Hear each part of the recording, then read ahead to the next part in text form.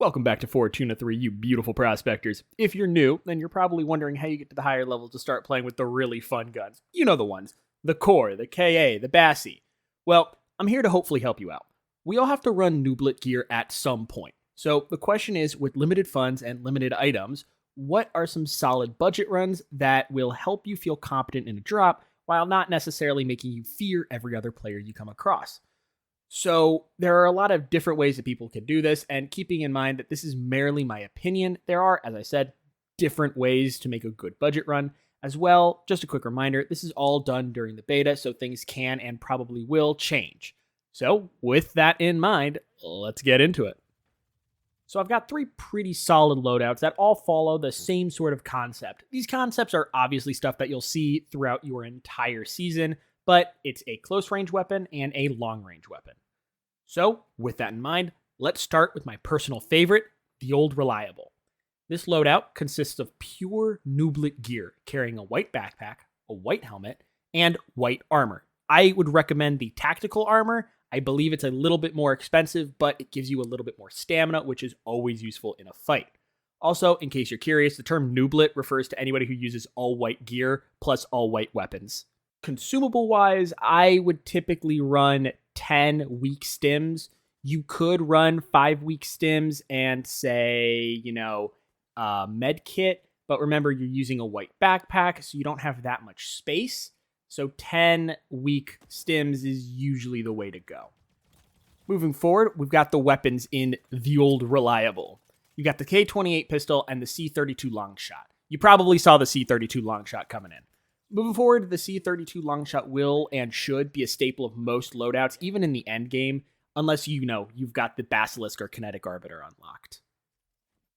Starting with what I would consider to be the staple of most loadouts and almost necessary in any kitted budget run or just any loadout in general is the C32 Longshot. Now, the C32 is a bolt-action sniper rifle that deals an obscene amount of damage. I would not be surprised if it gets nerfed in the final release of the game, but we're not fully sure on that regard. It's got a pretty low fire rate, but if you can pop someone in the head, you've got a good chance of killing them if they have low or no helmet. And you'll deal a good amount of damage otherwise, even if they do have a higher end helmet. It's also super necessary to point out that even with blue armor, all it takes is 3 body shots to kill. Now, that doesn't sound like a lot, but if you can catch somebody out in the open, 3 body shots is easy. Final note of point to make with the C32 is the weapon glint. So when you are scoped in, other players can actually see where you might be due to the little bit of glint on and from the scope. You can see it here.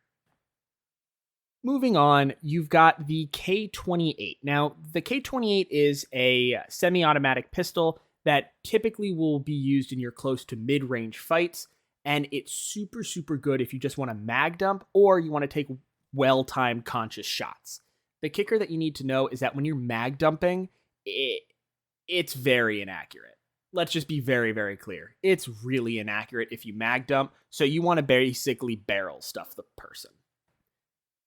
The K28 also allows you to properly defend yourself from similarly or slightly more geared players and can be a good defense against mobs, though while I personally would recommend against fighting marauders, I am aware of certain folks who have taken them on with nothing but a pistol, time, and a lot of ammo. I want to move around back to that point of fighting against players who are equal or slightly more geared than you. If they have an advocate and they know how to use it, 9 times out of 10, you're going to get smoked. Unless they're very, very weak or have very little ammo or very little health, more times than not, you are going to get killed, even if you are using the K28. So always sort of be careful of your surroundings and of the sounds that you're hearing around you if you are doing a budget run so that you don't accidentally or on purpose run into a player that has a much better weapon.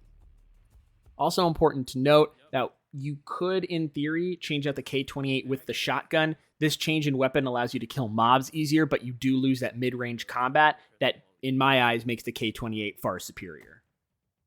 Before we continue on to what you probably will assume the next 2 loadouts to be, I believe it's useful to mention that the PDW and the AR-55 are just not good weapons.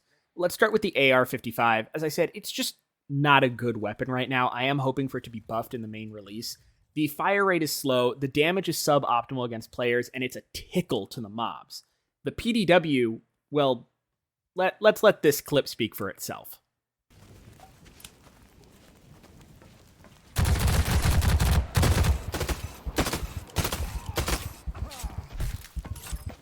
Here you can see that I was taken completely off guard, having only white armor and the scarab, and I was still able to kill him. You can even notice that he had to reload his weapon. That's how ineffective it was.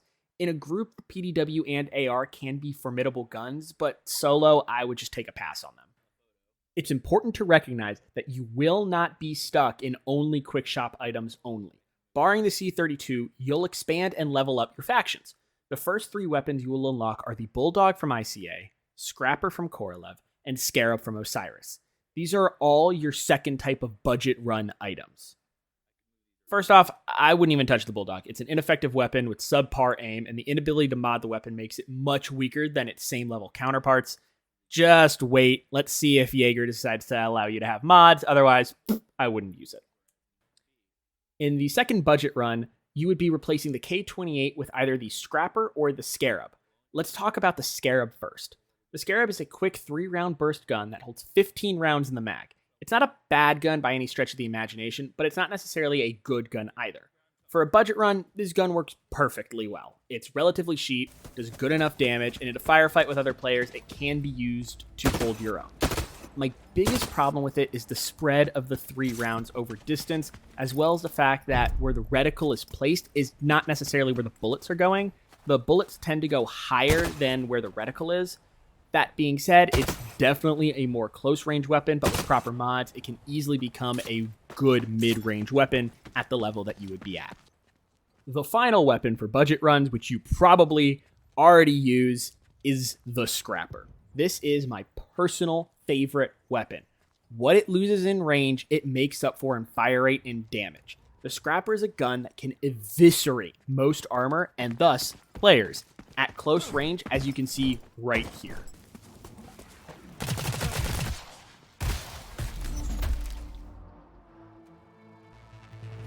At such a close range, I had no chance to even remotely react. This all being said, it is still important to note that if you do take the Scrapper with you, taking a second weapon that can deal with range is absolutely necessary, as at range, the Scrapper is hot garbage. The bonus and most budget of runs is the Knifeling run, where you literally drop with nothing but your knife, and while you won't lose anything on death, it can also be quite difficult to survive, as you're going to have to probably kill a player to find a good gun, pick a gun up off the ground that another player died with, or if you're really unlucky, you're going to have to start running with a rusty weapon to basically start. And with that, everyone, that is going to be it. I hope you have enjoyed this video into a few quick and dirty budget runs. If you have your own kits that you like to run for budget purposes, please leave it down in the comments below, because I know other people will happily learn from it, as will I. And in any case, I hope you have all had a great rest of your day, and we will see you in the next one. Bye now.